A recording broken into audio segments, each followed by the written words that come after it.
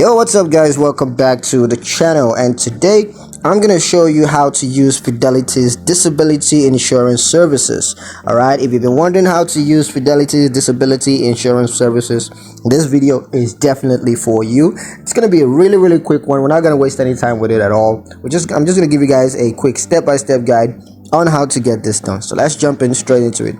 Now the first thing you're going to do is to log into your Fidelity account. You can choose to log in on the online website, or you could choose to do so on the mobile app on your mobile device. Once you're logged into your Fidelity account, just click on insurance, and then you're going to click on disability insurance. Now there it's going to initiate the disability insurance application process, where you're going to need to provide the required information. Of course, that's going to include medical history.